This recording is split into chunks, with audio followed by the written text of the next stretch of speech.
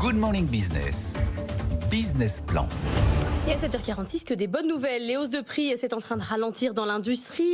L'activité progresse dans les bâtiments, les services et l'industrie. Et puis, les difficultés d'approvisionnement, apparemment, c'est derrière nous. C'est ce qu'on lit dans la note de conjoncture de la Banque de France. Bonjour Olivier Garnier, bonjour. Vous êtes le directeur général des statistiques, études et internationales de la Banque de France. C'est ça, cette note, c'est que des bonnes nouvelles ou alors on se contente un peu de peu? Alors, je rappelle tout d'abord que cette note, ça reflète les vues de 8500 entreprises qui sont sondées chaque mois. Donc là, ça a été fait entre le 26 avril et le 4 mai. Et il y a effectivement deux grands résultats. Premièrement, c'est que l'activité continue à augmenter, même si c'est sur un rythme modéré. Et le deuxième résultat, et c'est peut-être qui est plus nouveau, c'est que dans l'industrie, on voit vraiment pour la première fois un clair signe de retournement des prix, à la fois au niveau, bien sûr, des matières premières, mais aussi des produits finis. Alors, c'est au niveau des prix à la production, ça ne veut pas dire que c'est au niveau des prix à la consommation. Et notamment parce que les difficultés d'approvisionnement aussi s'arrêtent et que donc, du coup, les prix arrêtent de flamber quelque part. Alors, sur les difficultés d'approvisionnement, il y a 2 ans, il y avait à peu près une entreprise sur 2 qui nous disait avoir des difficultés d'approvisionnement. C'était monté à près des 2/3 à l'été 2022.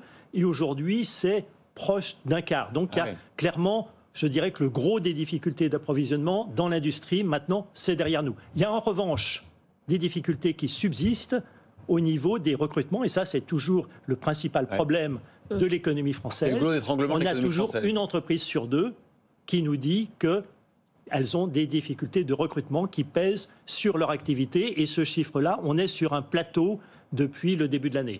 Vous dites retournement, ça veut dire que c'est plus que la hausse des prix qui ralentit, c'est qu'on est carrément sur une baisse des prix? Alors, ça dépend bien sûr des secteurs, mais sur les prix industriels, un chiffre aussi qui est intéressant, c'est que chaque mois, on demande aux entreprises, est-ce que vous avez augmenté vos prix par rapport au mois précédent? Et là, sur le mois d'avril, alors il faut comparer souvent le mois d'avril avril de l'an dernier ou aux autres, c'est qu'il n'y a plus que 13% des entreprises dans le secteur industriel qui ont dit avoir augmenté leur prix. L'année dernière, on était quasiment à 1 sur 2. Là, on revient sur des choses que l'on n'avait pas vues. C'est des proportions qui sont un peu du type de ce que l'on avait avant Covid. Alors, quelque chose de très intéressant dans votre note aussi, et Laure le rappelait, vous dites qu'il y a une progression d'activité dans l'industrie, les services et le bâtiment. Or, nous, on parle depuis plusieurs semaines de la crise de l'immobilier. Certains nous disent qu'il va y avoir 100 000 suppressions d'emplois dans le bâtiment, justement parce que la promotion immobilière s'arrête. Vous dites que vous voyez, vous, une progression d'activité. Ça veut dire que tout n'est pas si noir. Alors, dans le bâtiment, d'ailleurs, ça couvre aussi le second œuvre. La rénovation. La rénovation, là, qui continue, et notamment avec tout ce qui est la rénovation énergétique. Il y a toujours cet élément-là.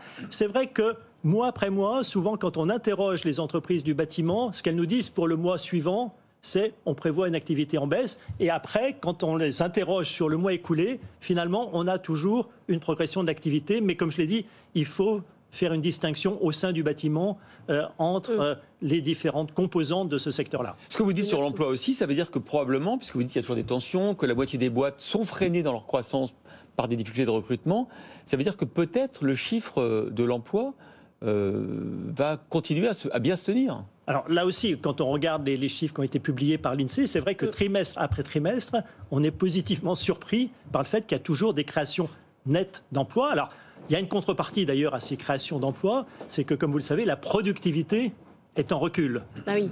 Donc là, c'est bien sûr, c'est pour ça que à moyen terme, et c'est un peu ce qui est dans nos projections qu'on avait présentées au mois de mars, on s'attend plutôt quand même à un tassement de l'emploi, mais pour le moment, on ne le voit pas encore. Tout ça, ça nous ferait une croissance au deuxième trimestre supérieure à celle du premier trimestre, à 0,2%.